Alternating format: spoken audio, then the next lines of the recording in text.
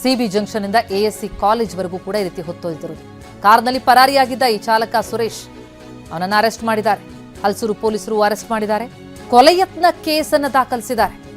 Goods ಚಾಲಕ ನಂಜುಂಡ ಕೊಟ್ಟಂತಹ ದೂರನ್ನ ಆಧರಿಸಿ ಈಗ ಕಾರ್ ಚಾಲಕನನ್ನ ಬಂಧಿಸಲಾಗಿದೆ.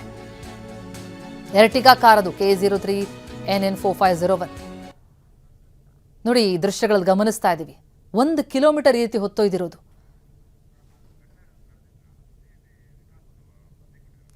ಘಟನೆ ನಡೆದಂತಹ ಸ್ಥಳದಿಂದಲೇ ನಮ್ಮ ಪ್ರತಿನಿಧಿ ವಿಕಾಸ್ ಗ್ರೌಂಡ್ ರಿಪೋರ್ಟ್ ನೀಡಿದ್ದಾರೆ. ನೋಡೋಣ ಬನ್ನಿ. ಬಾನೆಟ್ ಮೇಲೆ ವ್ಯಕ್ತಿ ಇದ್ರೂ ಕೂಡ ಸುಮಾರು 1 ಕಿಲೋಮೀಟರ್ನಷ್ಟು ದೂರ ಎಳೆದೊಯ್ದಿರ್ತಕ್ಕಂಥ ಘಟನೆ ನಿನ್ನೆ ಮಧ್ಯಾಹ್ನ 1 ಗಂಟೆಗೆ ನಡೆದಿರುವಂಥದ್ದು. ನಾನೀಗ ಆ ಒಂದು ಸ್ಪಾಟ್ನಲ್ಲಿ ಇದ್ದೀನಿ.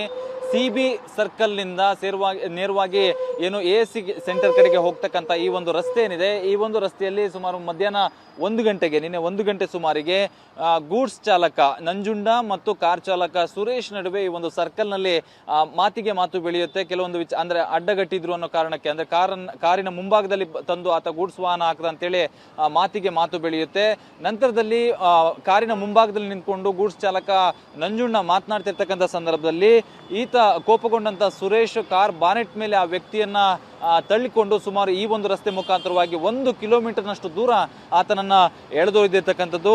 ನಂತರದಲ್ಲಿ ಈ ಒಂದು ಕ್ಯಾಬ್ ಚಾಲಕರು ಆ ಕಾರನ್ನ ಅಡ್ಡಗಟ್ಟಿ ಈ ಒಂದು ನಂಜುಂಡನನ್ನ ಕೆಳಗಿಳಿಸಿ ಆತನನ್ನ ಆಸ್ಪತ್ರೆಗೂ ಕೂಡ ದಾಖಲು ಮಾಡ್ತಾರೆ. ಯಾಕಂದ್ರೆ ಆ ಒಂದು ಹೆದರಿಕೆಗೆ ಆತನಿಗೆ ಎದೆನೋವು ಕೂಡ ಬಂದಿರುತ್ತೆ.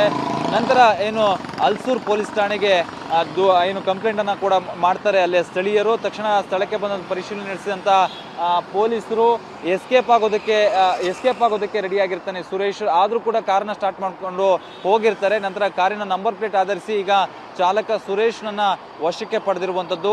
ಕೊಲೆಯತ್ನ ಪ್ರಕರಣದಡಿ ಈಗ ಹಲಸೂರು ಪೊಲೀಸ್ ಠಾಣೆಯಲ್ಲಿ ಸುರೇಶ್ ಮೇಲೆ ಪ್ರಕರಣವನ್ನ ದಾಖಲಿಸಿ ತನಿಖೆಯನ್ನ ಮಾಡ್ತಾ ಇದ್ದಾರೆ. 1 ಕಿಲೋಮೀಟರ್ನಷ್ಟು ದೂರ ನಂಜುಂಡನನ್ನ ಎಳೆದೊಯ್ದಿದ್ದಲ್ಲದೇನೆ ಆತ ಒಂದು ವೇಳೆ ಕೆಳಗೆ ಬಿದ್ದಿದ್ರೆ ಸಾಯುವಂತ ಪರಿಸ್ಥಿತಿ ಕೂಡ ಇತ್ತು. ಆ ಪರಿಜ್ಞಾನವಿಲ್ಲದೆ ಈ ಒಂದು ಚಾಲಕ ಸುರೇಶ್ ಈ ರೀತಿಯಾಗಿ ನಿನ್ನೆ ಮಧ್ಯಾಹ್ನ 1 ಗಂಟೆಗೆ ಮಾಡಿರುವಂತದ್ದು. ಸದ್ಯ ಸುರೇಶ್ನನ್ನ ಹಲಸೂರು ಪೊಲೀಸರು ವಶಕ್ಕೆ ಪಡೆದು ಹೆಚ್ಚಿನ ವಿಚಾರಣೆಯನ್ನ ನಡೆಸ್ತಾ ಇದ್ದಾರೆ. ಕ್ಯಾಮ್ರಾ ಪರ್ಸನ್ ಗಣೇಶ್ ಪ್ರಸಾದ್ ಜೊತೆ ವಿಕಾಸ್ TV9 ಬೆಂಗಳೂರು.